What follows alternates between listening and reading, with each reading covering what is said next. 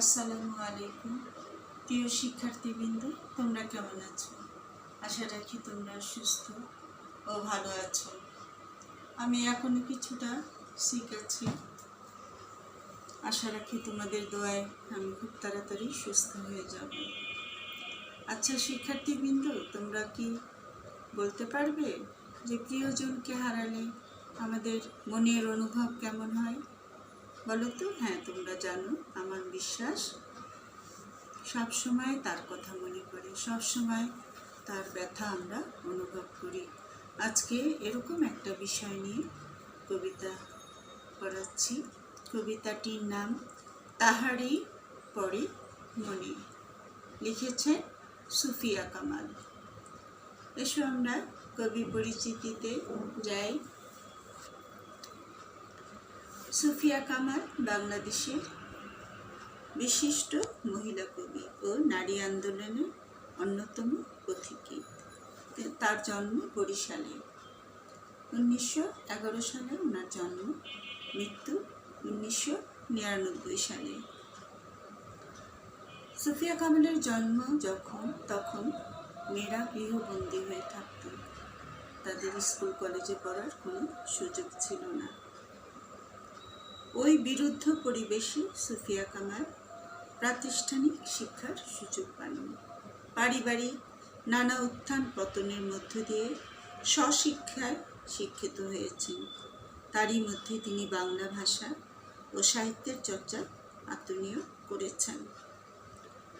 তার রচিত উল্লেখযোগ্য গ্রন্থ হচ্ছে সাঁঝের মায়া, মায়া কাজল, কেয়ার কাটা, উদাত্ত পৃথিবী ইত্যাদি।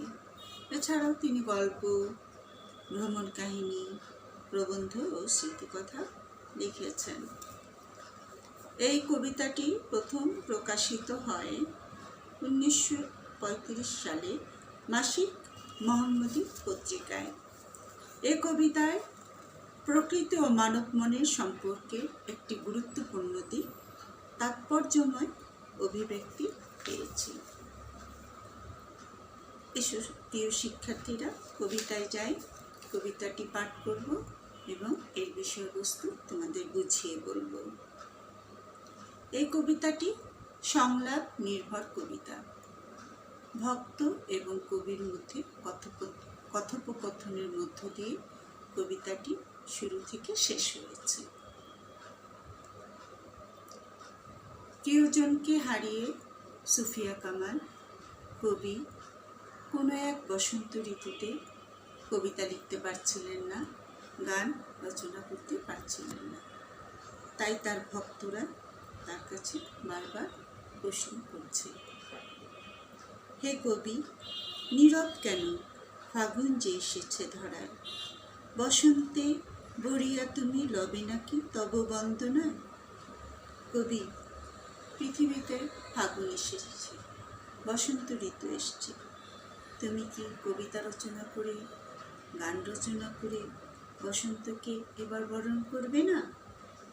কবি বলছেন, কহিল সে স্নিগ্ধ আখি তুলি, দক্ষিণ দুয়ার গেছে খুলি, বাতাবি নেবুর ফুল ফুটেছে কি আমের মুকুল, দক্ষিণা সমী তার গন্ধে গন্ধে হয়েছে কি অধীর আকুল। কবি তার স্নিগ্ধ চোখ তুলে ভক্তদেরকে বলছেন, দক্ষিণের দরজা কি খুলে গেছে? চারিদিকে বাতাবি নেবু ফুল ফুটেছে কি আমের মুকুল। দক্ষিণা সমীর মানে দক্ষিণা বাতাস, সে বাতাবি নেবুর ফুলের গন্ধে, আমের মুকুলের গন্ধে চারিদিকে গন্ধে ছড়াচ্ছে। ভক্তরা বলছে, এখনো দেখনি তুমি? আবার বলছে ভক্তরা, কহিলাম, কেন কবি আজ এমন উন্মনা তুমি? কোথা তব নব পুষ্প সাজ? ভক্তরা উল্টো জিজ্ঞেস করছে, তোমরা কবি, তুমি এখনো দেখনি? তুমি সব সময় বসন্তকে বরণ করো, আর এবার আমাদের জিজ্ঞেস করছো, তুমি এবারে কেন এত উদাসীন? সব সময় তোমার ঘর ফুল দিয়ে সাজানো থাকে, এবার কেন তুমি সাজাওনি? তুমি কেন ফুল দিয়ে নিজে সাজনি? কবি বলছেন, কহিল সে সুদূরে চাহিয়া, অলক্ষের পাথার বাহিয়া, তরিতার এসেছে কি? বেজেছি কি আগমনী গান? ডেকেছি কি সে আমারে? শুনি নাই, রাখিনি সন্ধান। দূরে আনমনা ভাবে তাকে কবি বলছেন, বৃষ্টির অগোচরে দূরের সমুদ্র বেয়ে আনন্দের তরি কি এসেছে? তরি মানে নৌকা। বেজেছে কি বসন্তের আগমনী গান? বসন্ত কি আমাকে ডেকেছে? শুনিনি, এর কোনো খোঁজ আমি রাখিনি। ভক্তরা বলছে, কহিলাম, ওগো কবি, রচিয়া লহ না আজ গীতি, বসন্ত বন্দনা তব কণ্ঠে শুনি এমন মিনতি। তারপরও ভক্তরা বলছে, কবি, গান একটা রচনা করো না, বসন্তকে বন্দনা করো, তোমার কণ্ঠে গান শুনতে চাই, তোমার কবিতা করতে চাই, এ আমাদের আকুল মিনতি, অনুরোধ। কবি বলছেন, কহিল সে মৃদু মধুস্বরে, নাই হলো না হোক এবারে আমারে গাহিতে গান, বসন্তেরে আনিতে গড়িয়া রহিন সে ভুলে নিত, এসেছ তো ফাগুনে সরিয়া।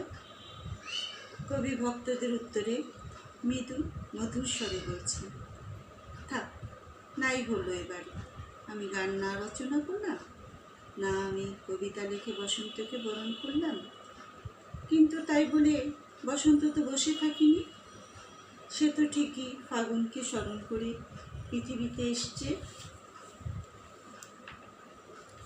ভক্তরা বলছে, কহিলাম, ওগো কবি, অভিমান করেছ কি তাই? যদিও এসেছে তবু তুমি তারে করিলে বিদায়। ভক্তরা বলছে, কবি, তুমি কোনো কারণে কি অভিমান করেছ? বসন্ত যে কোনো ভাবেই হোক এসেছে তো, কিন্তু তুমি তো গান রচনা করলে না, কবিতা রচনা করলে না, তাই বসন্তের আবেদন আমাদের কাছে তেমনভাবে লাগছে না। আবেদন কহিল সে পরম হেলায়, কবি বলছেন, বৃথা কেন ফাগুন বেলায় ফুলকি ফোটেনি শাখে, পুষ্পারতি লভিনী কি ঋতুর রাজন। পরম অবহেলায় দূরে বললেন আর কি, পরম অবহেলায় কবি ভক্তদের উদ্দেশ্যে বলল, কেন আমি ব্যর্থ করব বসন্তকে? ফাগুন বেলায় প্রকৃতিতে ফুল ফোটেনি, ঋতুর রাজা বসন্তকে প্রকৃতি কি ফুলে ফুলে সেজে সাদর অভ্যর্থনা জানায়নি? মাধবী কুড়ির বুকে গন্ধ নাহি, করে নাই অর্ঘ্য বিরোচন। বাসন্তী লতার বুকে কি গন্ধ নেই? চারিদিকে প্রকৃতি ফুলে ফুলে সেজে বসন্তকে কি বরণ করেনি? বসন্তকে কি অঞ্জলি দেয়নি, উপহার দেয়নি, নিবেদিত হয়নি? ভক্তরা বলছে, হোক, তবু বসন্তের প্রতি কেন এই তব তীব্র বিমুখতা? আবারও বলছে, কহিলাম, উপেক্ষায় ঋতুরাজে কেন কবি দাও তুমি ব্যথা? ভক্তরা বলছে, তুমি যতই বলো না কেন, তুমি কেন উদাসীন আমাদের বলতে হবে, আর কেন তুমি বসন্তকে উপেক্ষা করছো, উপেক্ষা করে ব্যথা দিচ্ছ।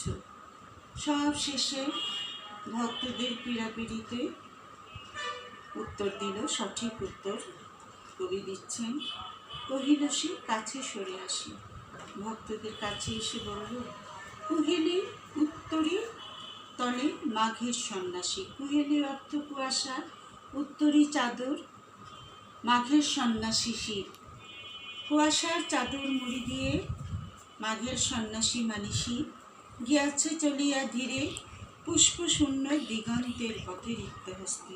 কুয়াশার চাদর মুড়ি দিয়ে মাঘের সন্ন্যাসী মানে শিব চলে গেছে অনেক দূরে, পাতা ফুল পাতাবিহীন দিগন্তের পথে, শূন্য হাতে রিক্ত হস্তে। তাহারই পরে মনে ভুলিতে পারি না কোনো মতে। কবি বলছেন, আমার প্রিয়জনের কথাই আমার মনে পড়ছে, তাকে আমি কিছুতেই ভুলতে পারছি না। তাই এবার বসন্ত ঋতুকে আমি গান দিয়ে কবিতা রচনা করে বরণ করে নিতে পারলাম না। কবি শীতকে মাঘের সন্ন্যাসী রূপে কল্পনা করেছেন। বসন্ত আসার আগে সর্বত্যাগী সর্বরিক্ত সন্ন্যাসীর মতো মাঘের শীত যেন কুয়াশার চাদর মিলিয়ে গেছে। শীত প্রকৃতিতে দেয় রিক্ততার রূপ। গাছের পাতা ঝরে যায়, গাছের ফুল ঝরে যায়। শীতের এই রূপকে বসন্তের বিপরীতে স্থাপন করা হয়েছে। প্রকৃতি বসন্তের আগমনে ফুলের সাজে সাজলেও কবির মন জুড়ে আছে শীতের রিক্ততার ছবি।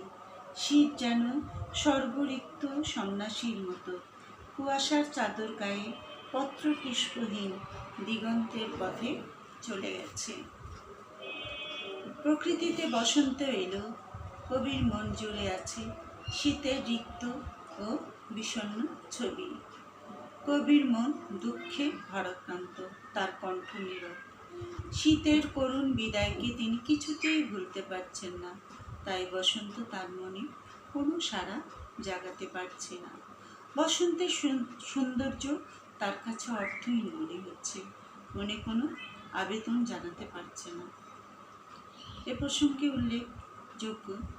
উল্লেখ্য তার প্রথম স্বামী ও কাব্য সাধনার প্রেরণা পুরুষ সৈয়দ নেহাল হোসেনের আকস্মিক মৃত্যুতে কবির অন্তরে যে বিষণ্ণতা জেগেছিল, তারই সুস্পষ্ট প্রভাব ও ইঙ্গিত এ কবিতায় ফুটে উঠেছে।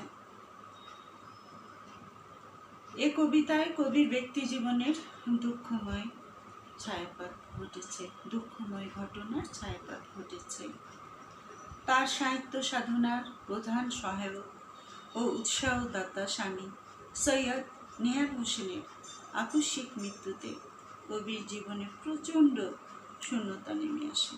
তার ব্যক্তি জীবন ও কাব্য সাধনার ক্ষেত্রে নেমে আসে এক দুঃসহ বিষণ্ণতা। কবি মন আচ্ছন্ন হয়ে যায় রিক্ততার হাহাকারে। তাহারই পরে মনে কবিতাকে আচ্ছন্ন করে আছে এই বিষাদময় রিক্ততার সুর। তাই বসন্ত এলো, উদাসীন কবির অন্তর জুড়ে রিক্ত শীতের করুণ বিষাদের বেদনা, করুণ বিদায়ের বেদনা। কবিতার আরেকটা লক্ষণীয় বৈশিষ্ট্য হচ্ছে এর ভিতরে চমৎকার নাটকীয়তা আছে। এই কবিতাটি সংলাপ নির্ভর রচনা। আচ্ছা শিক্ষার্থীবৃন্দরা, এই কবিতাটি বিষয়বস্তু মোটামুটি তোমাদের বোঝালাম। এই কবিতা থেকে আমরা কি জানতে পারি দেখো, কি তোমরা বলতে পারবে। প্রকৃতিতে বসন্ত আগমনের ইঙ্গিত সম্পর্কে তোমরা বলতে পারবে। কবির সাথে ভক্তের যে একটা নিবিড় সম্পর্ক সেটা জানতে পারবে। কবির সাথে প্রকৃতির যে একটা মানব মনের যে একটা তাৎপর্যময় সম্পর্ক আছে সেটা উপলব্ধি করতে পারবে। বসন্ত সম্পর্কে কবির উদাসীনতার কারণ জানতে পারবে। রিক্ত বিষাদময় শীতের কাছে কবির একান্ত অনুরাগ, কেন শীতকে তিনি এত পছন্দ করছেন, এবার একান্ত অনুরাগের কথা তোমরা জানতে পারবে।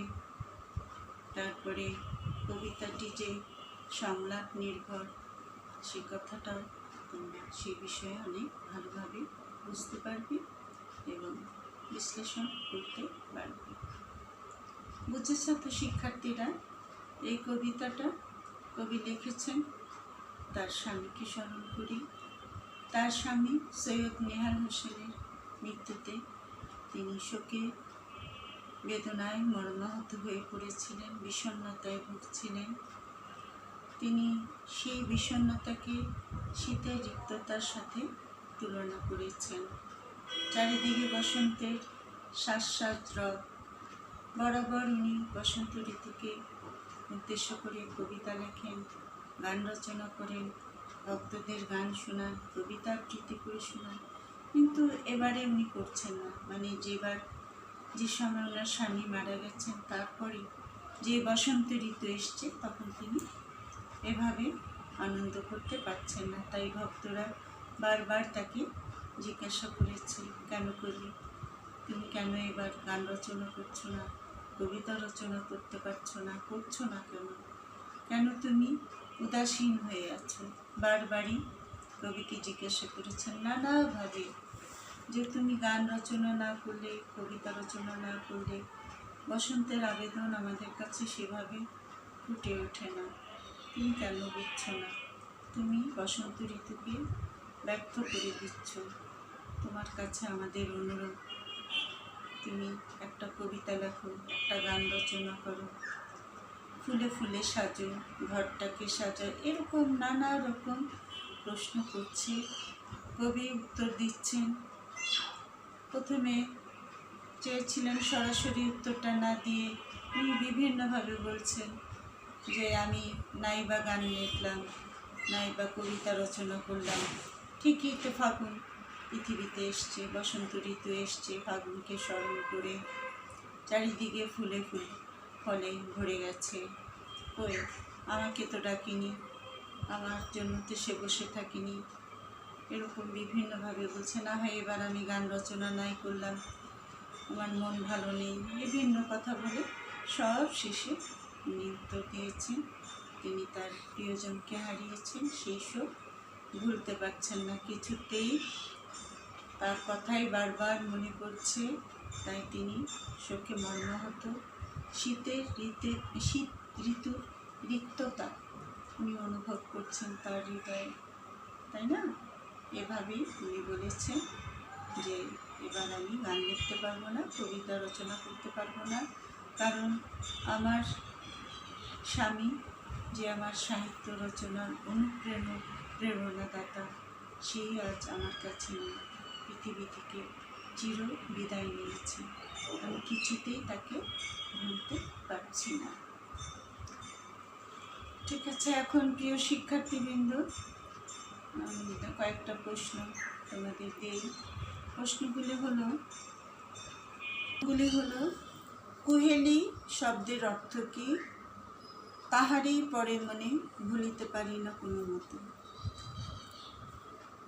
এই লাইনটি, এই উক্তিটি ব্যাখ্যা করবে। আর সৃজনশীল প্রশ্নের জন্য কি পড়বে বলো তো?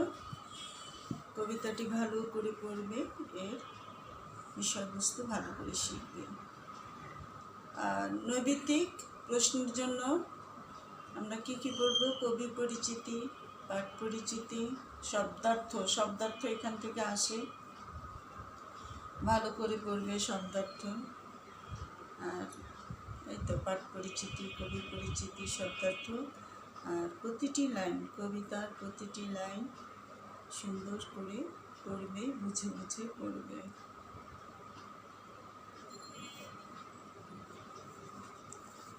তো বুঝেছো তো তোমরা কবিতাটি? আবারও বলছি তোমাদের কবিতাটা সংক্ষেপে।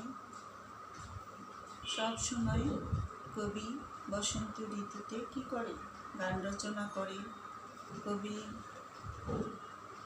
কবিতা লেখেন, কিন্তু কোনো এক বসন্ত ঋতুতে উনি গানও লিখছেন না, কবিতাও রচনা করছেন না। এ কারণে তার ভক্তরা ব্যথিত এবং বারবার কবিকে জিজ্ঞাসা করছে, কবি তুমি এবার কেন বসন্ত ঋতুকে বরণ করছো না গান লেখে, কবিতা লেখে? কবি সরাসরি উত্তর দিচ্ছেন না। কবি বলছেন যে তাই বসন্ত ঋতুকে এসছে, বাতাবি নেবুর ফুল কি ফুটেছে, আমের মুকুল ধরেছে, দক্ষিণা বাতাসে এদের গন্ধ ছড়িয়ে পড়েছে, এগুলো আমি কি করেছি, খেয়াল করিনি। তাই তার কবি ভক্তরা বলছেন, তুমি এবার কেন এত উদাসীন? তুমি কেন ঘরটা সাজাওনি ফুল দিয়ে, তারপর নিজেও সাজনি ফুল দিয়ে, কেন তুমি এত উদাসীন কেন? এভাবে যদি তুমি গান রচনা না করো, কবিতা রচনা না করো, তাহলে বসন্ত ঋতুতে আমরা যে আনন্দ অনুভব করি, সে আনন্দ অনুভব আমরা করতে পারছি না। কবি বলছেন যে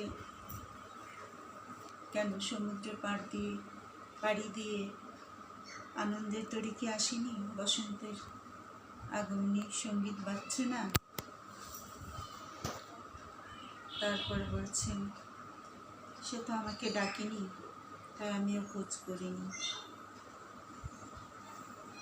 তারপরে এক পর্যায়ে বলছেন থাক, এবার আমি বসন্ত ঋতুকে গান আর কবিতা লিখে বরং নাইবা করলাম। তারপরেও নাছর বান্দা ভক্তরা তুমি ব্যর্থ করছো বসন্ত ঋতুকে। তখন তিনি বললেন কেন, ঋতুর রাজা বসন্তে কি প্রকৃতি ফুলে ফুলে সেজে বরণ করেনি, সাদর অভ্যর্থনা জানায়নি, তাকে ফুল উপহার দেয়নি?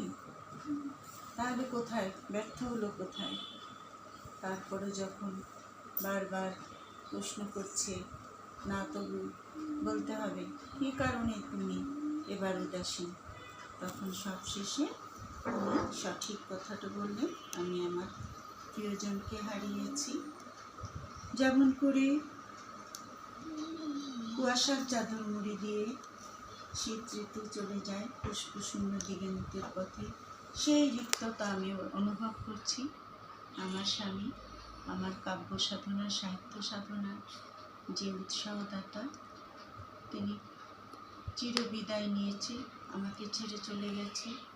তাই তার জন্য আমি শোকার্ত, বেদনাহত। তাই আমি কোনো গান লিখতে পারছি না, বসন্তকে অনুভব করতে পারছি না, বসন্তের সৌন্দর্যকে অনুভব করতে পারছি না, গান গাইতে পারছি না, কবিতা লিখতে পারছি না, গান রচনা করতে পারছি না। ঠিক আছে শিক্ষার্থীবৃন্দ, আজকে এখানেই শেষ করছি। তোমরা সবাই ভালো থাকো, তোমাদের মঙ্গল কামনা করছি।